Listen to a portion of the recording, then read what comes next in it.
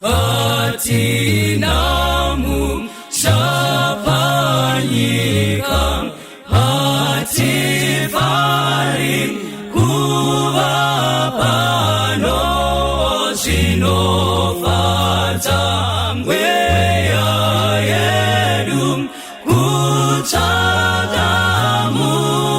shauno uya kutagamu shauno uya hatinamu shapanyika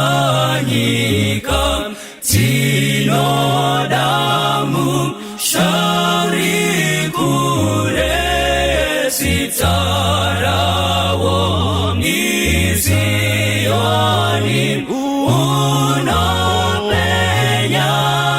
nguatese unapenya nguatese ushahune runyararong wafambira chanzorora daitine mapapirong daiuya dizororem daiuya dizorore Ngwenya wangu chinyarara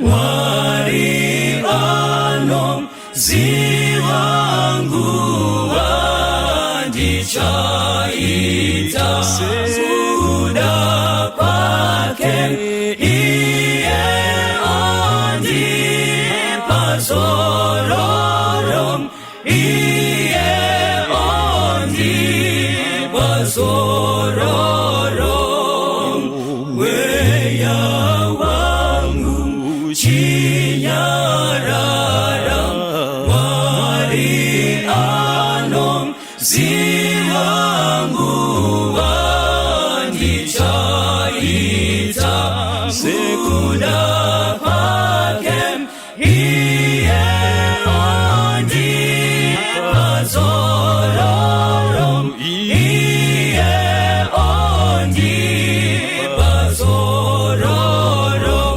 iye ondipazororom iye ondipazororom iye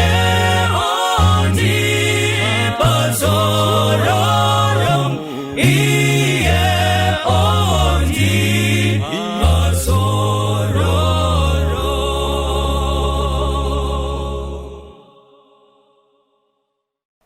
Tinokuchingamidzai vadiwa hama munashe muchirongwa chino chitsva chatiri kuparura chinonzi Seasons of Life. Pazuva ranhasi tiri kutaura about season of widowhood. Panguva yatinosanganikwa nekurasikirwa nehama nevamwe vedu watakawanana nawo, tobva tapinda mukati memwaka wekuva chirikadzi kana kuti murume wokuti akarasikirwa nomudzimai wake. Mukati mezuva ranhasi tiri kuzokurukura nyaya iyi tichibetserana pamwe chete naMai Ngwenya. Mai Ngwenya, ndinokuchingamidzai kuchirongwa. Thank you very much, Pastor. Toda kutenda Mwari zvikuru. Pachirongwa chino tinoda kutaura nevakarasikirwa nevadiwa wavo, nevamwe vasati vawana, nevasina kurasikirwa vane shamwari dzavo dzeupenyu. Muri mese sababa namai munogona kufunga kuti chirongwa ichi handifungi kuti ndechedu, ndofunga ngati chinjei chanewo titsvake chimwe. Mai Ngwenya, musati mazviintroducer, maybe togona kurasikirwa nevamwe vatariri katisati tatoenda kure. Munofunga here kuti zvakakosha kuti munhu wekuti baba namai vari vese, chakawakoshera here chirongwa chakaita sechichi? Ichi chirongwa chakakoshera munhu wese, Pastor. Kunyanya vasati vatorasikirwa ndo vari kutochida. Vakarasikirwa, vakatorasikirwa, ndo vanotori malesson book edu. But vasati varasikirwa pane zvavasingazivi zvavafanira kuziva nekuti vagogona kugadzirira izvi zvisati zvaitika mukati muupenyu hwavo. Tinoda kutenda zvikuru kwazvo. Ini ndiri kutaura ndinonzi Pastor Watson Mbiriri. ndichakumbira mai Ngwenya kuti muzviintroduce nepapfupi. Tinotenda nepfungwa yamataura kuti chirongwa chinokosha kune vachine vadiwa wavo. Who is mai Ngwenya? Mai Ngwenya ndimai vevasikana 4. Ndaive ndakachata mugore ra1989. Ndobva ndagara maybe let me talk about my children as well. Yes. I had my first born muna 1990, second born 1994, third born 2001, ne last born yangu 2005. And then muna 2013 my husband fell sick. It was a short illness and he died. Oh, okay. All right. So muri mai vevasikana Chete. kutova kadanga rakakura chose. Nembwa tinadzo. Nembwa dziriko. Okay, so relevant for this topic, matiudza kuti makachata 89 asi mugore ra2003 nerombo rakaipa makarasikirwa 2013. Yes, makarasikirwa nemumwe wenyu vaNgwenya. Would you give us like just a brief of maybe how it happened?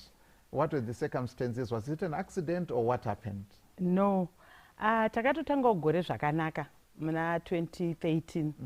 And I remember vaNgwenya vachiti this year in fact papa ichitoitwa machechi elections kutanga kwegore. Mufundisi wedu vanga vari vatatinawo kudistrict vaita maelections. Ndobva nditi ndiperekedze kwapasta pari kuitwa nominating committee apa ndinogona kupuwa basa, but I feel kuti this year rega ndimboshandirawo salvation yangu, ndimbogara pasi, ndimbobuda muadmin work. And I remember tichienda kwapasta vachitoti pasta handisi kukusabotejai, handisi kuramba basa, but ndiringofunga kuti gore rino regaiwo ndimbogara pasi ndimbotarisisawo upenyu hwangu. Ndodawo kuti ini ndimboita ukama hwangu naMwari husina admin mukati. And tikatofunga kutoti munhu ari kuda kungogarawo pasi. And I remember kutanga kwegore iroro panguva iyo yataita maelections muchechi, then ndopavakati vaicomplaina nemudumbu. Ndobva taenda kuhospital, takaenda one day, ini ndandiri munominating committee, ndakatoshedzwa munominating committee, paita like an emergency. When I go to home, ndakasvika ikoko kuine shamwari yedu umwe chiremba anozikanwa zvakanyanya.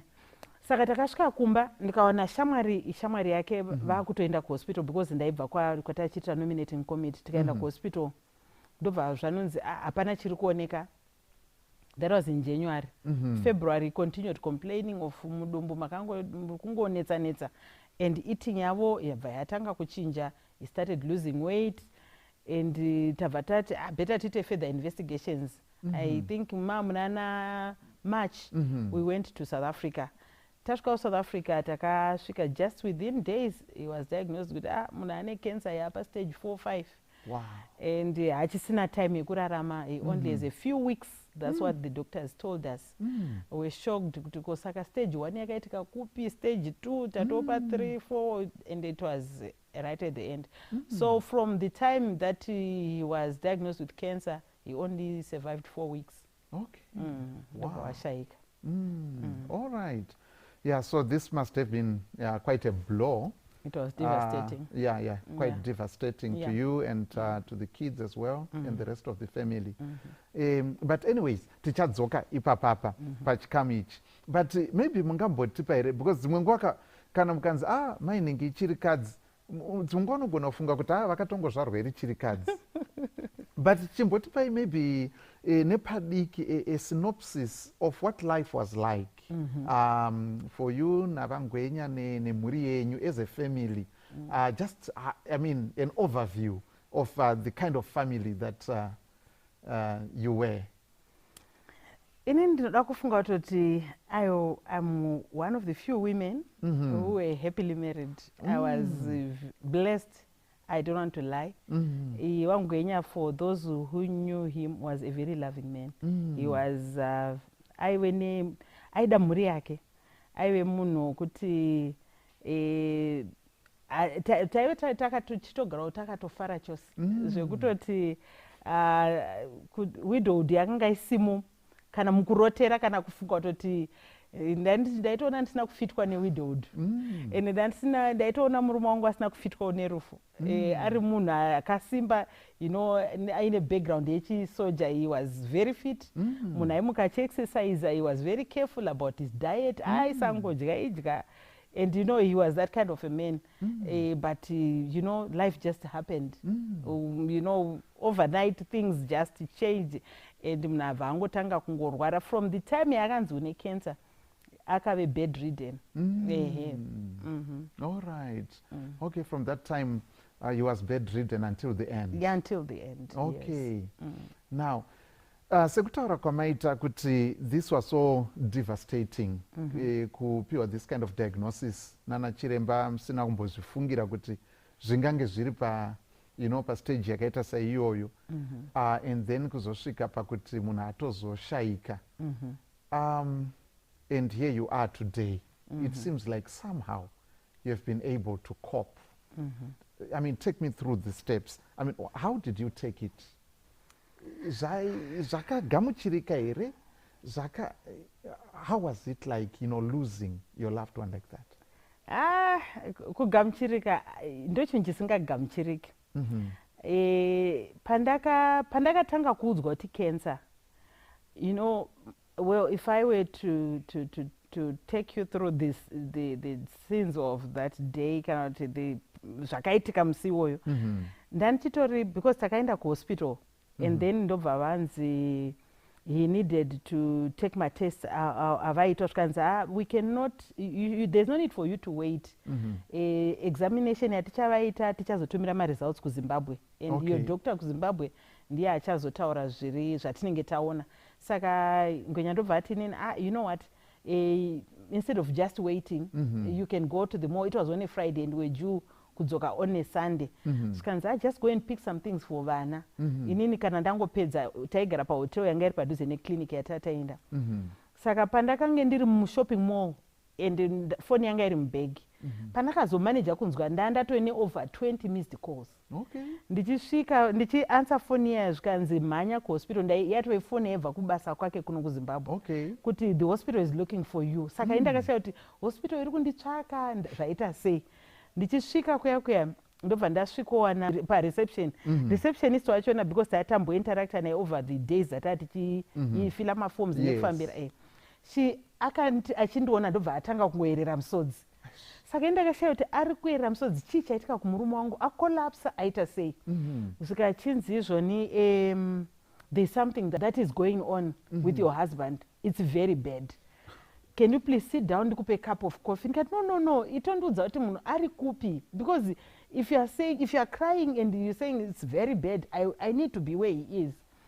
Ndobva andiperekedza kwaakanga ari. When I saw my husband, aita kunge he looked, anga aita akangochembera kuzvira zvokuti kufesi yake yakacheneruka, musoro waka. Ndikati what is it? And what he only managed to say was it is over. Ndikati what is over? Zvikanzi us. Ndikati what about us? Zvikanzi it's over. Ndikati what are you saying? Zvikanzi saka he kept saying more, it's over, I'm sorry. Ndikati you are sorry, chii chaitika? Zvikanzi nadoctor uya he's got cancer and it's very bad. Saka word rokuti cancer even then raityisa. Saka taingofungira kuti munhu ane ma-ulcers or something. Pandakanzwa kuti cancer, I just felt weak in my knees. Zvekuti stage nasingatombozivi chinonzi stage kuti zvorere. And then the next thing, one thing led to another, the doctors were, but in musoro wangu wakutospida, my world turned upside down. I couldn't believe this was me, and how did I went? Ndandasvika sei panapa? Why didn't I see it or pick it? Nothing gave me a warning. And then my doctors were trying, no, we need to give him a medication inogona kumutengera, maybe we can stretch him for 2 years. I said, no, I don't want to sit on per death row for 2 years, knowing that I'm still going to die. Saka, if I'm going to die in the few weeks that God has allowed, let it be. Try to persuade, it was and then the things news dzacho dzairamba dzichingoipa, he's got a clot, he's got this, saka he can die even in his sleep. ukaenda patakabva pahospital ipapo because vakabva vati if you are not going to give him medication there's no need for us to keep him. Yakati no, I want to go back home. I want second opinion. Skanzi nemachiremba aya we don't think kuti anogona kusvika kumba. Akati kumba ndinosvika, I have to see my children. If I'm going to die, I want to die after ndaona vana vangu. There are things that I need to say to my children. And we came home. His body was already giving in. I think knowledge yoyo, zvanga achimboshingirira, all of a sudden he just started going down. It was down kubva ipapo. But God gave us an opportunity to sit as family for those 4 weeks. We said our goodbyes, difficult as it was. We would talk about things, would cry, would do things, would ask questions, plan. It's not happening, but evidence was there that it was happening. That it was actually happening. Yeah, that was the journey. It was painful.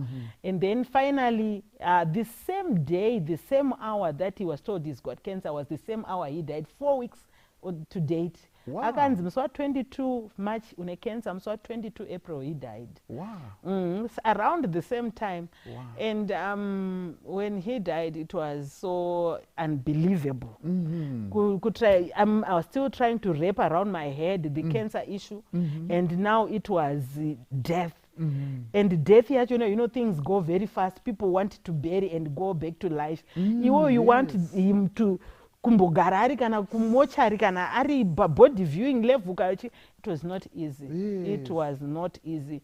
But amazing grace, here we are. Wow. Radio Hama tiri kutaura about seasons of life. Pari zvino tiri mumupata tingati in the valley of widowhood kana kuti the phase of widowhood, season yekuva a widow. Sekutaura kwazvaitwa, rufu chinhu chisingajairiki. Uye chinokwanisa kushandura upenyu hwemhuri nenguva pfupi saizvozvo. Zvinogona kuitika kuburikidza kurwarirwa, zvinogona kuburikidza netsaona inogona kungoitika, kana kuti munhu anogona kungofa akarara kuhope, motofuma munhu atova a widow kana kuti a widower. Zvatoitika saizvozvo. In fact, pane statement yamataura yekuti vanhu vanenge vari kuda kuti burial the next step and I remember ndichiteerera kamwe kambo kakaimbwa nevamwe kuAmerica, kana imwe line inoti undertaker, please drive slow because this lady you are carrying is my mother. Sure. Yeah, because saka zvinoita sokuti ari kuti musamhanya kuno nekuda kwokuti you want to hold on. Yeah, and kuti pakaoma pamharadzano ipapa. Pakaoma pamharadzano. Can you tell us about, we'll come back to you, vana kuti zvaitika saizvozvi izvi, imimi you need to grieve the loss of your spouse. You are now ushered into widowhood. As kune vana, and you still have to be a parent to this. What did you do? How did you handle that? Initially, I forgot that I had children. Okay. It was, grief can be selfish at times because ndaizvona kunge ndini ndafirwa vana vangu they still have a parent, but inini ndaraskirwa. Saka I forgot. I remember my youngest daughter was doing grade 3 then, and we totally forgot kuti pamba pane mwana anoda kuitwa taken care of. She grew up all of a sudden. She was responsible for a lunch box and everything.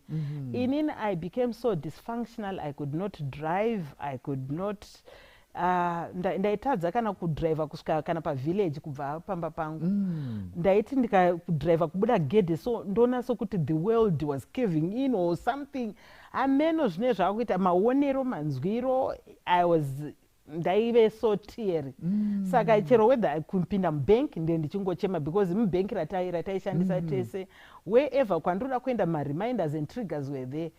And I forgot about the children, but thank God the children vanga vamwe vakuru tu vanga vati kurei. Okay. Saka vanhu vaitowo futi kuvana munyararidze mai venyu, which I think in a way hazvisi very practical. Okay. Because vana vaya vari kugriva. Loss yavo is just as bad.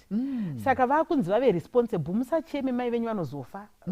Some would say musanyanye kuchema. Saka vana vaya bottled grief, and it has devastating effects even after now atichiri kudhila nawo. Ekuti vana vaifanira kuti ndaifanira kuchema nevana vangu, but taichema, yes, but munguva zhinji vana vai vainzwira inini tsitsi, mama sorry, mama sorry, and then taibreaka down time dzakasiyana. Tikaenda kuchechi pakaimbwa rwiyo, unogona kuona umwe mwana ari uko achobreaka down, kana akabuda muchechi achichema, mese makutobuda muchechi atove mamwe mariro. It was not easy.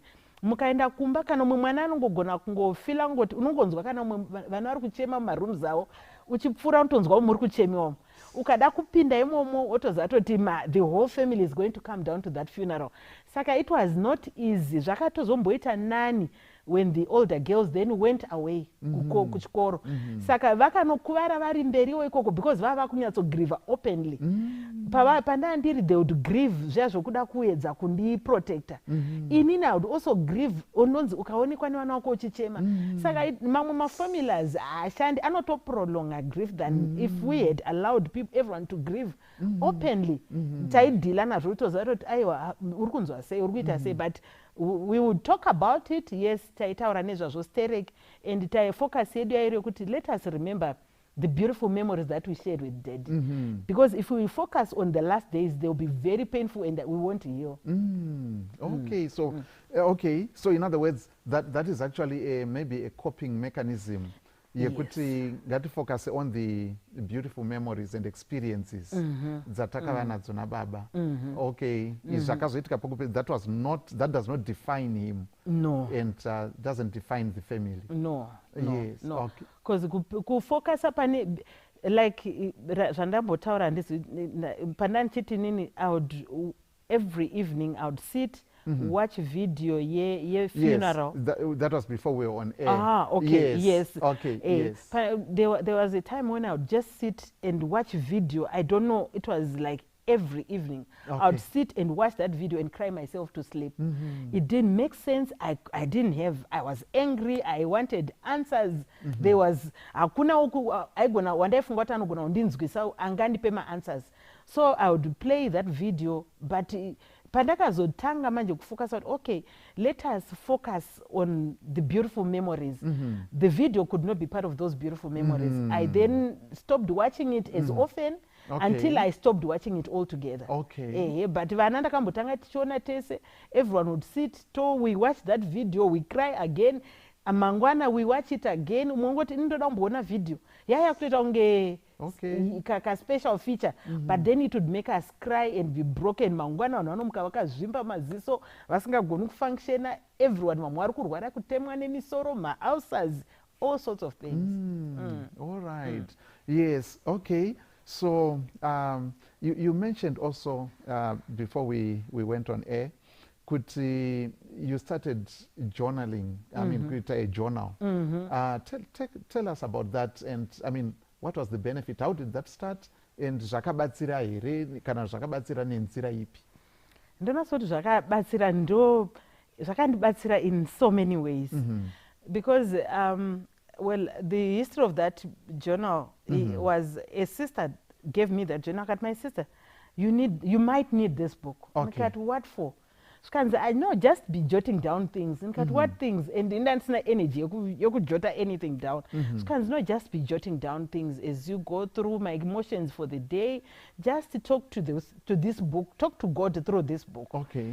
So because I had developed insomnia and it was a process. It's not like I started writing immediately. I don't remember how long it was, but it was in 2013, the same year. Okay. So I would then sit. So my first emotions were, Lord, I'm so angry with you.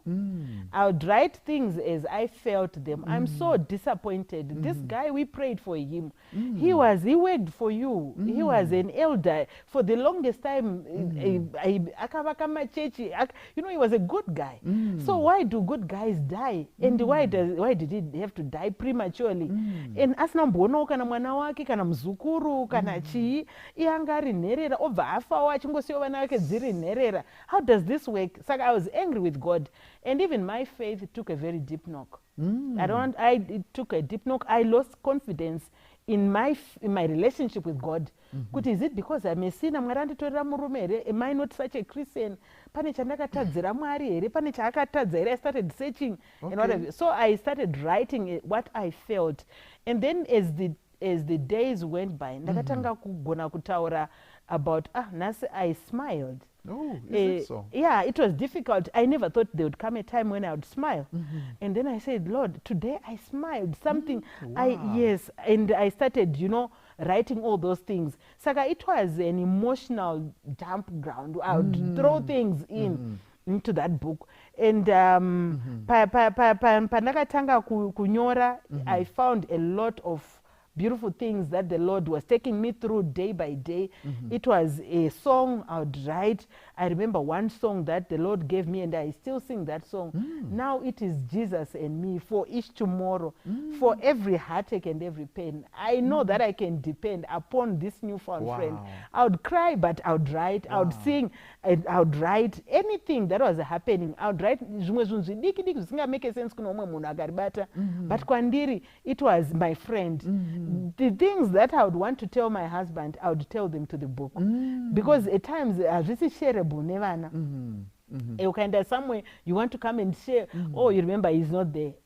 He's no longer there. I'd wake up in the middle of the night, oh, he's no longer there. Saka, there were so many things that I needed to tell that book, and I told the book.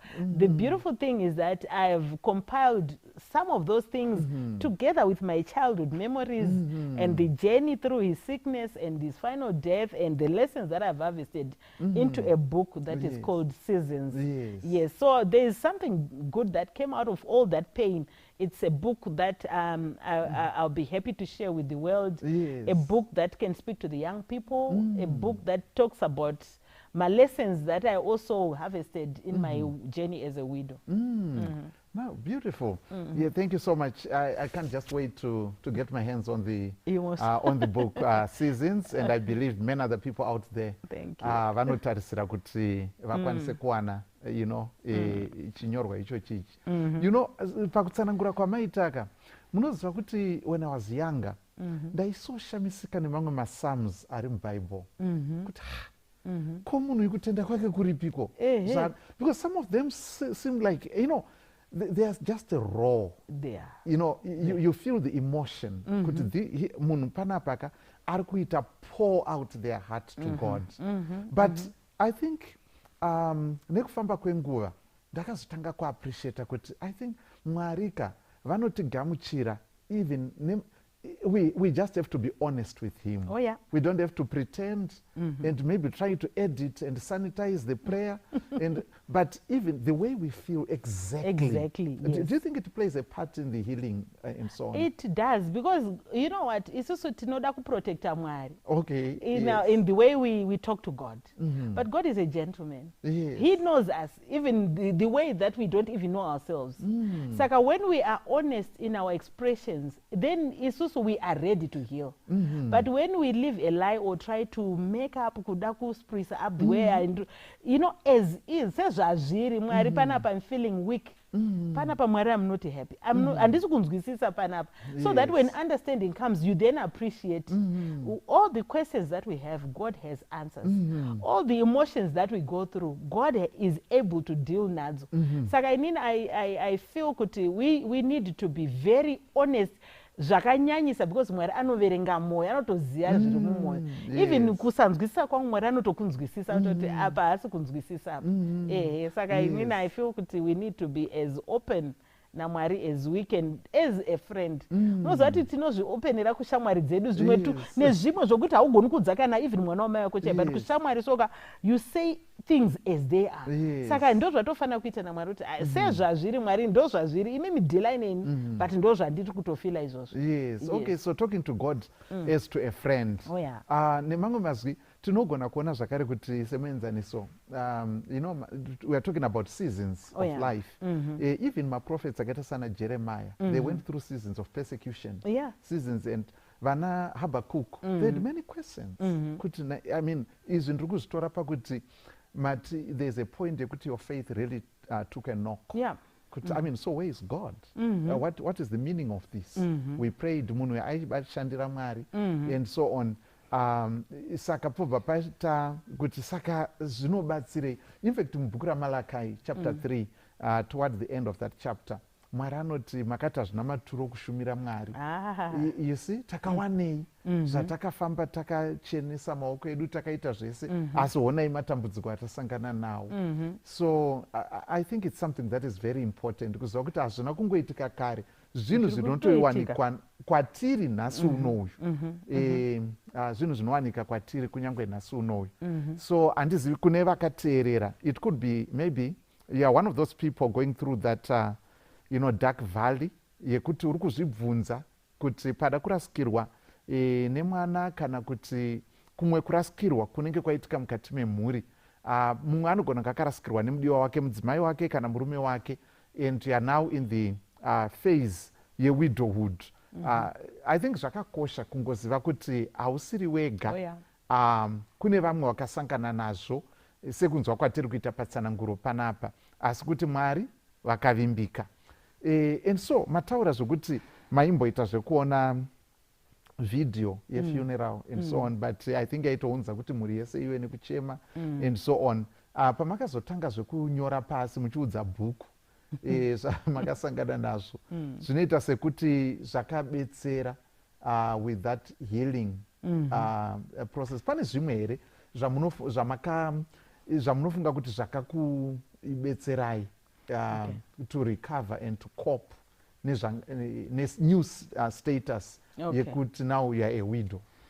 Pane zvakawanda zvandichiri kutoexperience even now because healing is a process. Yes. And I want to think kuti counseling yandakawana both informal and informal ine kubatsira kwayakaita. Kune vanhuwo vaive vane experience vari ahead of us in any journey. Saka umwe akashare experience yake umwe akakutaurira kutoti ndave nemakore akati you look at maiwe saka zvino ndichasvikawo makore iwayo ndichagona kurarama kusvikira mangwana saka 6 months ndichingodzwa zvandiri kunzwa izvi. And then I remember like one friend said anga akafirwa nemurume wake zvikanzi you know what, saturate your environment with music. Okay. Yes. Saka music became my solace. Okay. Ndairidza music ndine music yoti even now I still have it. But ndaigona kuiplaya throughout the night ndongosiya iri on. Okay. Pandine ndichingori ndega ndisina kutaura naye because imwe need inenge iripo ndeyekutaura. Okay. But dzimwe nguva hauna wekunyatsotaura naye people start maybe avoiding you vamwe they don't know what to say to you vamwe vari kutotya kuona vamwe vari kuchemawo and what have you. Saka pane that need to talk about it Saka talking about it was very therapeutic. Writing about it, like I'm saying it, I would talk kuma counselors they are brave enough to take it. Chero de vanga vari uine ukama nawo but vanhu vokuti unogona kutaura nawo saka talking about it zvinobatsira than just internalizing it. One counselor said to me, you know, when you feel like crying buritsa because misodzi acid inonokudya mukati. Saka when you talk about it wazvibvisa muchest wadeposita somewhere else kwauti hazvichisiri mauri ende dzimwe nguva ukataura chinhu ukataura unotonzwa hamuchisina chekutaura about it chatopera. And even wakuchitaura uchachitauri nesame emotion yaya because emotions are never intelligent.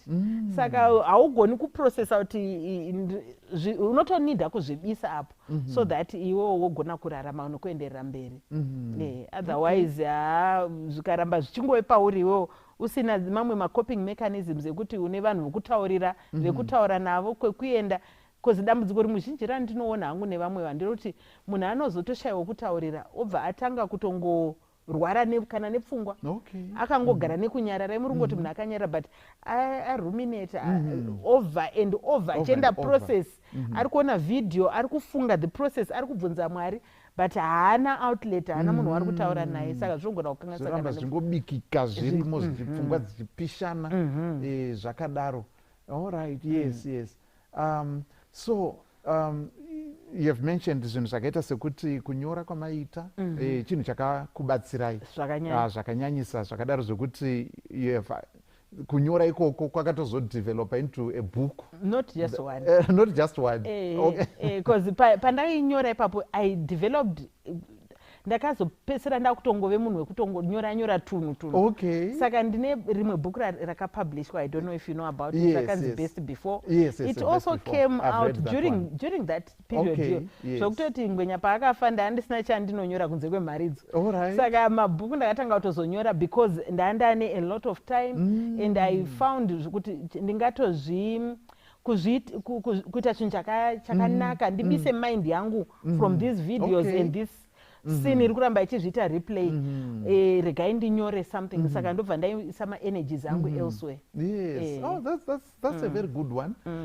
Channeling your energy in a positive direction. Yes. Pane kuti pfungwa idzodzo dzikuparadze, you know, uchingozvifunga. Matauriro amaitaka andifungidzisa kuti you know, shoko raMwari rinotitaurira kuti we know that all things work together for good to those that love the Lord and are called according to his purpose, Romans 8:28. Zvinhu zvose zvinobatira pamwe kuburitsa zvakanaka kune vanoda Mwari. Handiti ndizvo. And pane mumwe akataura akati munoziva kuti dai because Paul aifarira kutravela stereki achinoona nzvimbo idzo nedzidzo achinoona, but chakatozoita kuti tiite almost half of New Testament yakanyorwa naPaul. Mwari aitendera kuti ambosungwa, and much of it ainyora ari mujeri nekuti haachakwanisa kuenda kuvanhu vaya ochinyora manje. Ndo zvakazoita kuti tive kusungwa handi chinhu chinofadza, handi chinhu chakanaka, but kunyange zvakadaro God brought something good out of that painful experience. So ndikuona sekuti out of your pain God has also brought out something that could even be therapeutic to others. Chinogona kuva chinobetserawo vamwe, and so on. Yes. So talking about the just a wild question. Yekuti mumwe munhu anogona kufunga kuti well, is it not maybe a good therapy yekuti maybe munhu anokwanisa kungoita remarry and move on and something like that. What are your thoughts?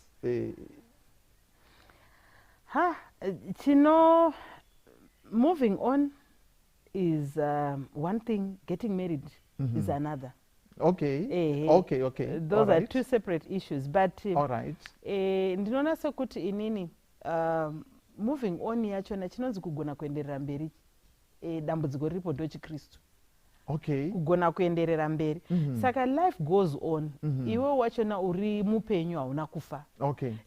Akafa, but remarriage kana Mwari akakupa ikauyawo wapora zvakanaka. Okay. But dzimwe nguva kupinda murelationship uchiri kubleeda, you bleed on the wrong person. Because unoenda iwewe uri zviri selfish. Okay. Uri kuda kunonyaradzwa. All right. Ko wauri kupinda naye murelationship ari kuda kudana naye kana kunyaradza munhu. Saka ndikufunga kuti process yekuhila is another.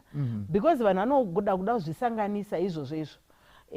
Pane kuti when you lose your husband unenge uchida companionship, but at the same time you can, if you rush into a relationship unogona kutobleeda worse. Okay. Because unenge matarisiro munhu akafirwa, matarisiro anoitwa kudiwa, dzimwe nguva anogona kufunga kuti ari kudiwa nemurume wake kana nemudzimai wake, or they are trying to look for their husband or their wife murelationship, and yet it's not supposed to be like that. You must heal first, and then you kana uri kuona kuti well, even if you want to move on, it doesn't happen like that. Kuti you, yes, ndiri kufila kuti ndahila, I can go into a relationship, I can remarry. There might not be anyone to marry me. Okay. Saka healing is a need yandofana itongori yega. Okay. Kana love ikauya, or love comes softly and slowly, you cannot say I'm planning to get in love now, right? Okay. But if it comes, inini ndinofunga kuti chinhu chakanaka chekuti munhu anenge awana munhu anomuda, okay, apora, anogonawo kuenderera mberi. Alright. Because kuramba akapaka kazhinji vanhu vanorarama nhema. Okay. And masocietal expectations ekuti munhu uchagodei unofanira kungogara wakadera handifungi kuti ndo chikristu ichocho icho asi kuti maopinions evanhu and vazhinji vanhu vari frustrated or they live a lie because vanorarama nemaopinions evanhu. But when you have ukaona kuti ndahila zvokupinda murelationship, go ahead, by all means go ahead. Because even the Bible says it's better to be two are better than one. Oh, yes, it's better to very marry true. than to burn. Yes. It's also, you know, there are so many counsels dzirimo mukati meshoko raMwari. There are so many examples. Vana David vakatonotora mukadzi waUria waanga urayisa chaiye. And you know, mune mukadzi waNabal. Nabal. Ipapo vakatovaita maqueen mukati mepala. Saka inini ndikuda kufunga kuti isusu manje tinobva tasungirira munhu kuti hauchafaniri rera vana vako ita so haisiri. What if God intends for you to be like Ruth? Kuenda kuna Boaz. Saka tinotaura zvinhu zvakawanda panyaya dzatisingazivi. And especially vanhu vanenge vari for selfish reasons. Either vada kuti muroora yeye agare ipapo avachengete. Saka kuti aite move on neupenyu hwake, either people are thinking achaenda nezvinhu zvemwana wedu kwaari kunoenda and whatever, isusu hatichisina access. And yet munhu nemunhu Mwari ane season yeupenyu hwemunhu zvaanoda kuti aite. Saka if we allow God to be God in everyone's life, tinobatsira kuti munhu agone kuenderera mberi. Vamwe vacho vanozorarama ari matsotsi. Why? Because vanhu vamuring fence kuti haufaniri kuita sei kuenderera mberi. And yet vanhu vakamureleasa kuti mwanangu, murume wako afa, uchiri mwana mudiki. Kana ukawana munhu anokuda, you have our blessings. Uya nemunhu wako pano ararama akasununga. And most relationships dzine vanhu vakagona kuita izvozvo dziri kufariwa because uya mwana mukwasha anouya anoramba achikubatanidza nekwawakabva. But kana zvikaita sokunge kubvutirana haufaniri kuroorwa watozodai wadai. We say a lot of things kwatisina kuswera. People don't realize the challenges anoenda through living alone as a widow. Unoita kunge usisina moyo, kunge pakafa Ngwenya iwe hauchisina moyo unogona kuda, kunge wameno something like that. Saka we need to say kune vamwe vana vadiki vanofirwa shwari kuma 20 something vanozongochembera kusvika ma 70 year olds akangogara pamusha pevanhu vachingomuti mukadzi waningi ningi wachona vachireva guva. Yes, ningi wachona vachireva guva. Zvobva zvava chinhu chinorema zvikuru kwazvo. Okay, maybe one more question before we come to the last one because time nguva yedu yakwikwidzana nesu. Ndoda kungoti, I mean, just to stretch your mind once again. Patiri kutaura ipapa. Traditionally, paiva nekuti pane kugarwa nhaka. Anditi munopaona. Zvoita sekuti zvaiona kuti zvaita cater for this person kuti this is a family member. Zvikuru sei kana patori nevana and vanotori mai vemuno mumusha. Pane kuti vanotanga zvekumwe kunointroduce kunzi ndiye amuroora and so on. Zvaita sekuti it's a system which would keep the family ties. What are your thoughts? And mazuvano zvinenge zvava zvishoma zvikuru kwazvo. Handina hangu mbomezha asi ndinongoona sekunge ndizvozvo handina kumbonyanya kuzviongorora zvakanyanya. But ndinongoona sokuti nyaya yekugarwa nhaka yaitongo ine as much as yaiita kunge iri kukipa mafamily ties together. Nhaka magarirwo ayaitiwa ainge ari ekuti mudzimai aifanira kupuwa murume mumusha imomo muri imomo. Ende kana apuwa musha kuri atoti ari kupuwa murume woumwe munhu. Ende murume wachona ari kumugara nhaka either ane mukadzi wake akutotangawo kurwadziwawo manje. Because chitsva kando chiri kunakidza mazuva. Saka vamai vauya vapuhwa kumurume vanhu vakuita kunge ndivo new one. But ndiri kuda kufunga kuti in as much as zvaichengetedza mhuri but yanga haisi culture yakanyatsoti nakei. Pakuti ine kakumanikidza kaiinako. Ende ndinofunga kuti inini vanhu vanogona kungochengetana semhuri. Inini ndiri mumhuri yekwangwenya. I've not left, ndinotonzi mai Ngwenya. Ende chero pamba pangu vanhu vekwangwenya vanoziva kuti vane free access. Ende vanouya semadiro avo avanoita. Handifunge kuti chinonzi kugarwa nhaka ndo chinoisa kuti munhu arambe ari mumhuri. Chinoisa kuti munhu arambe ari mumhuri kuratidzwa kuti you are still part of us, we love you, we support you nezvatinokwanisa. not necessarily financial but even ukanziwo kune zvinhu zviri kuitika mumhuri uchiinvolviwawo uchiincludiwawo uchinyatsoziva kuti vanhu vachiri kungokupa rengi yavaikupa murume wako aripo izvozvo zvega zvinokukipa uri mumhuri because mhuri ikada kuchengetedzwa nemumwe munhu wandisina kuda ndonzi ndichidzidza rakumuda matambudziko iwayo matambudziko makuru marwadzi tinotenda zvikuru kwazvo. Chirongwa chedu chiri chakuda kusvika kwamvura yacheka makumbo episode 1 of 4 kune mamwe matatu maepisodes ari kumberi tichitsenga nyaya iyoyi toda kuti tiitsenge kusvikira yaota saka chiro episode inoyi inhanganyaya yekuti tinyatsa kukura dariro redu vanosunga magavhu vachisunga ngoma dzichidziiswa toda kujikinyika mudariromu kusvikira zvanaka. Saka Ngwenya, rega nditi mubvunzo wekupedzisira wandingabvunze panapa ndeyekuti pada pane mumwe akatarira akashayikirwa nemudiwa wake kana kuti anogona kuva murume anogona kuva mudzimai wekuti kubva pazvakaitika ipapo munhu uyu inongori misodzi yoga hazvisi kugamuchirika. Handizivi kuti pada nekuda kwamashoko anotaurwa nevanhu here kana kuti nepfungwa dzekuti dziya dzekuti unenge uchifunga mumwe wako zvamaisiita and everything unogona kungoona kana sheti chaiwo totanga kuchema. Saka handizivi kuti mungave nemashoko akaita seapi amungataure kumunhu wekuti ari kuti ano kwete achadzoka munhu wangu ndoziva kuti achadzoka. Ini ndinoda kufunga kuti kukurumidza kugashira zvinenge zvaitika unokurumidza kupora. Saka kuramba munhu uchifunga kuti achadzoka isusu tichinyatsoziva kutoti hapana kunodzokewa because dzimwe nguva tiri kuti achadzoka iyeyu but tine hama dzakawanda dzakafa dzatoziva dzisina kwadzakadzoka. Saka kukurumidza kugashira kunobatsira kuti munhu agone kukurumidza kuhila. Ende inini ndinoda kufunga kutoti kana munhu akanga atodarika zuva rekutanga rechipiri rechitatu unotonzi survivor. Because kune vanhu vanonzi masurvivors emasituations avakapindana nawo. Yes, uri kuchema but hausi kuchiri kuchema semachemero awaita musi wekutanga. Ende ndinofunga kutoti kugona kuzviudza kutoti izvi ndo zvatoitika. Saka ndakufanira kuenda ndakufanira kutarisa mberi. Pane ndiri mupenyu inini ndakufanira kuita zvevapenyu.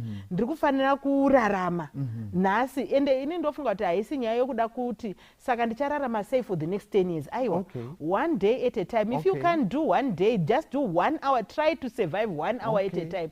And the time brings my answers. You don't heal like zvemu micro zvokuti zvoridzwa bhera watohila. Unogona kunzwa nhasi uri nani mangwana zvoita kunge zvadzoka futi. Did you see mangwana ndiye ndichichema kudarika kusmaila kwandakaita. Saka I want us to know kuti it's a process and the process here, let's cooperate with what God is doing. He is a man acquainted with sorrows. Zvinotaura Isaiah. Saka he knows. Saka isusu chatinoita ndofunga vanhu vasina Mwari ndo vane dambudziko rakanyanya. Vana Mwari, counsel yaMwari inongotudza kutoti iye anoziva kuti zvichafamba sei. Saka one day at a time tichingozvipira nemapaini edu Mwari ndiri kurwadziwa. Asi zvinopfuura chete. Tinosvika patinogona kutaura nazvo takatobata wanga sekutaura kwandiri kuita nhasi. Uchitaura kuti this year 2021 will be 8 years since my husband died. I would not have said this in 2013 without breaking down. Even 2014, 15, 16, 17, 18 even. I could not say this without breaking down. But here we are. Mwari is faithful. We will walk with you, we will hold you. Vanoziva, time will bring all the answers. Saka ini ndoda kungoti kukurumidza kugashira kunotibatsira kugona kukurumidza kuhila. Thank you so much. Tichada kuti mugotinamatira Ngwenya. Asi musati manamata vadiwa amane shamwari. Chirongwa ndichochi, Seasons of Life. Tiri kutaura about season of widowhood. Ngwenya sharing through the filter of a personal experience. Toziva kuti kune vanorelata nezvatiri kutaura pano, kune vamwe dziri kuita unga ngano zvisati zvafungika. Maybe ngatisangane muepisode inoteera. Chikamu chedu chine mamwe maepisodes ari kuuya ari pamberi. Pari zvino rega ndingopedzire nekuti vakorinde vekutanga chapter 10 verse 13 inoti hakuna muedzo wakakuwira imi asi wavanhu vose uye Mwari wakatendeka. Havatenderi kuti muwirwe nedambudziko ramusingazokwanisi kukurira, asi pamuedzo mumwe nemumwe Mwari vanotipa nzira yekupukunyuka nayo. Kana iri widowhood, pane vakatomboita mawidow isu tisati tavepo. Saka pane vakatokundiswa. Ndo zvatinongokumbira kuti Mwari ndipeiwo simba kana uri kunzwa kuti ini handichakwanisi, kuti Mwari zvamakakundisa vamwe ndipeiwo simba rekukwanisa kukunda pamuedzo wakadai. Kana kutotaura sezviri kuita mai ava, ini handikwanisi, asi Mwari vanokwanisa kukupa simba zuva nezuva. Ngatisei vimbo yedu muna Jehovha. Mai Ngwenya, mungatipo munyengetero. Ngatinamatei. Baba wedu ari kumusoro kudenga, we want to thank you for you are the wisdom behind everything that we know and everything that we are. We thank you kuti makatendeka mukati meshoko renyu, kuti tinopinda mumaseasons eupenyu. And for everything under heaven there is a season. Season yekuchema, koya season yekuhila. Toda kutendai kuti vana venyu vakatarisa chirongwa ichochi vari mumaseasons akasiyana siyana. And imimi ndimi munotipa wisdom ye coping mechanisms.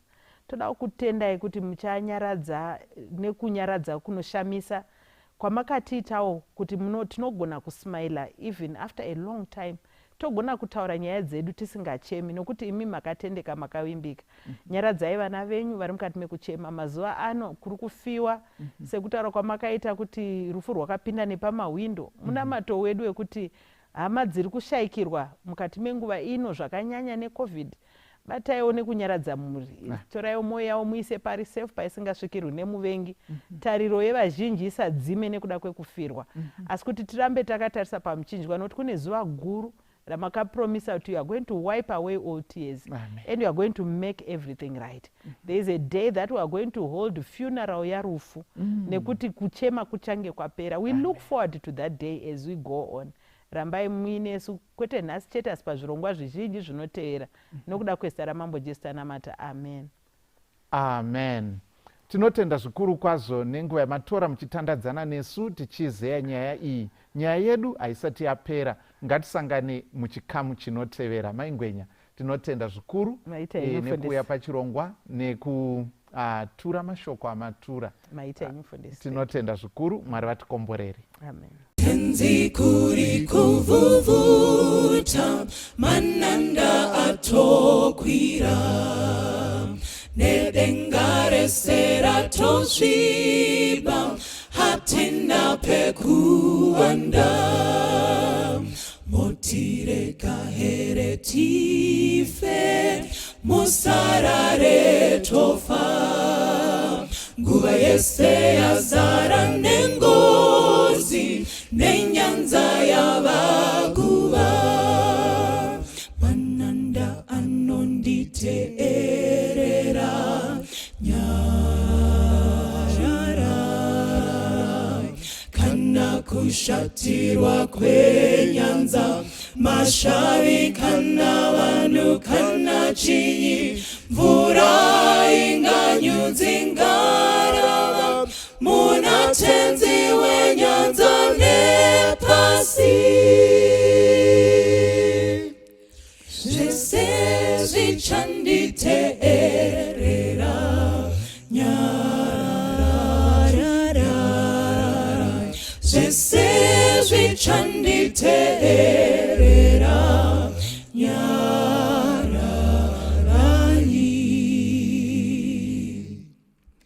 Tenzi nemweya unorwadza, ndokotama kunemi, moyo wangu unotambura, mukamundiponese. Omananda echitema, oda kundinyudza, ndakufa tenzi wangu, kasika ndiponese. Mananda anonditeerera, nyarara, kana kushatirwa kwenyanza, mashavi kana vanhu kana chinyi, mvura inganyudzi ngarava, muna tenzi wenyanza nepasi. pasi zvese zvichanditeerera nyarara zvese zvichanditeerera nyararani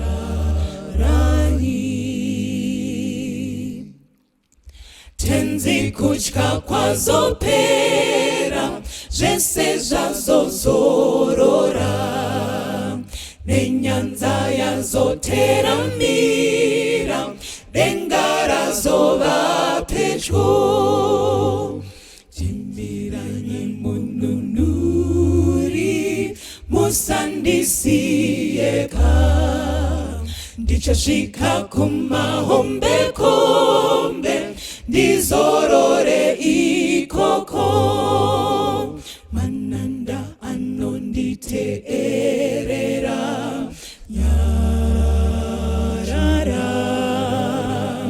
kana kushatirwa kwenyanza mashavi kana vanhu kana chinyi mvura inganyudzi ngarava muna tenzi wenyanza nepasi zvese zvichanditeerera nyarara zvese zvichanditeerera